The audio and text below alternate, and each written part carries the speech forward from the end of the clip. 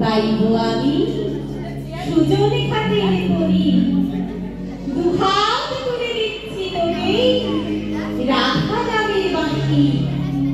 নীল যমুনার জল, কদমতলার জমি, তুই আমাকে না দিস কিছু নাই বা দিদি। নুপুর গোষ্ঠী, নুপুর গোষ্ঠী, নুপুর গোষ্ঠী।